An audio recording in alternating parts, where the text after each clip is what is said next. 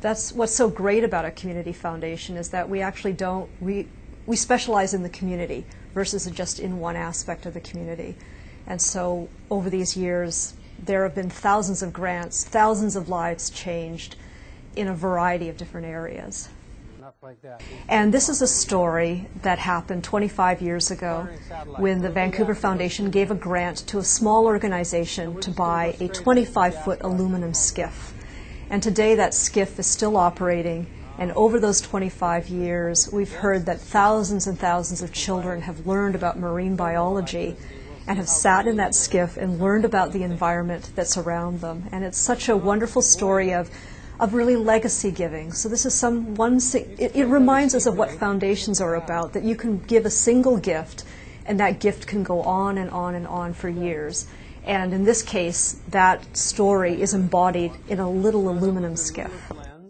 If it wasn't for the Vancouver Foundation, kids wouldn't get out on the water because, as you know, it's just so expensive to get onto a charter boat. Because community foundations are willing to often be quite bold and innovative in their funding, that sometimes an organization that can't get funding anywhere else, once it gets it from a community foundation, or in our case Vancouver Foundation, that in turn, it's like the seal of approval, and that in turn opens the doors for those organizations to get funding from other areas and other funders. So it's great. We've provided ongoing grants to them for programs over the years. The foundation was one of the local organizations that took leadership around the establishment of the shelter back in the mid-90s. That program is an example of what happens when a community foundation sees multiple kinds of requests coming from organizations around a common cause, and what can happen then when you bring that group together to say, you're all looking for money to do exactly the same thing, and how can we do this better, and how can we do this smarter? And the shelter was born from that conversation. Red Deer District Community Foundation, again, were open and minded enough to help us through that process. They could see the value in that amalgamation, and that's what they're about, is making sure not just to fund, but to fund things that are going to have a bigger ripple effect than they already do, and that serve the community better. And they listened, and they knew we're listening, and they know how rare it is to find that unconditional love and acceptance, and how critical it is to people's successes here. Do you know what? It depends on, everybody's circumstance is different. That's what I like about it, is everybody's treated individually on an individual basis, just because of the fact that some people need to stay longer and some people don't. We always say we never know which time might be the time for them, you know, where they're going to kind of blossom and go. They're doing a great job. The three organizations together are focusing on not addictions and homelessness. They focus on housing and health. We work very closely with them as an organization, and we're proud to do that. In Quebec, we're often reminded of the role of artists in our community. And if community foundations across North America, across the world, are involved in arts and culture funding, it's because the arts is seen as a fundamental tool for bringing communities together.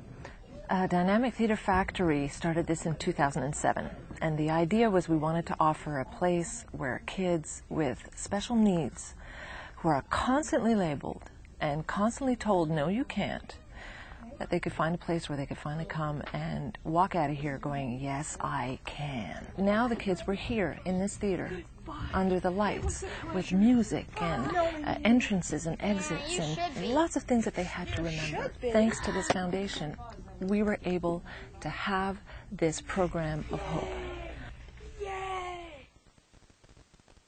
We have this professional author that goes into the schools and asks the kids to write their stories, and we're doing that in Toronto. There's another cell that's doing that in Quebec City.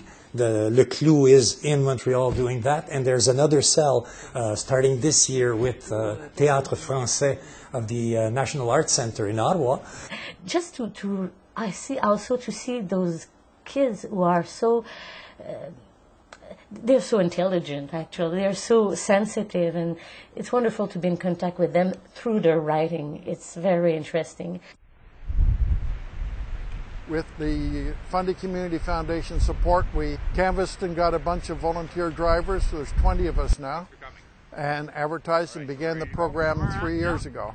Out of that grew this Charlotte DialARide, volunteer-based driving to get the most vulnerable in our community transportation to where they needed to go. Found out about DialARide in being able to help me get to and from job interviews, but today I have to go see my doctor, and I'm actually going to get the signature on the all clear to allow me to get back into the workforce.